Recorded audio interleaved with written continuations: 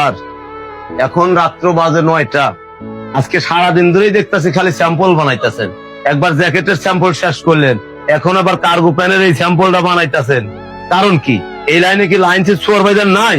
ওরা বানাইতে পারে না? আমি অনেক ফ্যাক্টরিতে চাকরি করছি স্যার, কোনোদিন দেখি নাই যে পিএম স্যার মেশিনে বসে স্যাম্পল বানায়। লাইন সুপারভাইজার ইনচার্জ যারা আছে তারাই বানায়। এখন রাত 9টা পর্যন্ত আপনি সারাদিনই খালি স্যাম্পলের পিছনে দৌড়াইতেছেন, কারণটা কি? আমিনুল, দেখো, স্যাম্পলটা হইলে খুব গুরুত্বপূর্ণ জিনিস। কারণ একটা লাইনে ফিডব্যাক দিতে হইলে আগে সাইড সেট তৈরি করতে হয়। এখন সাইড সেটটা যদি তৈরি করতে হয়, তাই আগে মালটা যদি মেকিং করে যদি না পারাই আসে, তাহলে দেখা যায় যে এই লাইনটা গ্যাপ যাইবে, আর গ্যাপ গেলে কোম্পানির জন্য বিশাল ক্ষতি। জি স্যার। সেই ক্ষেত্রে আমি যদি ওদের একটু কাজ করে দিই, সেটা ওদের অনেক আগাইতেছে। আর যেহেতু কাজ জানি আমি, সেই সুবাদে আমি ওদের একটু কাজ করে আগাই দিতেছি।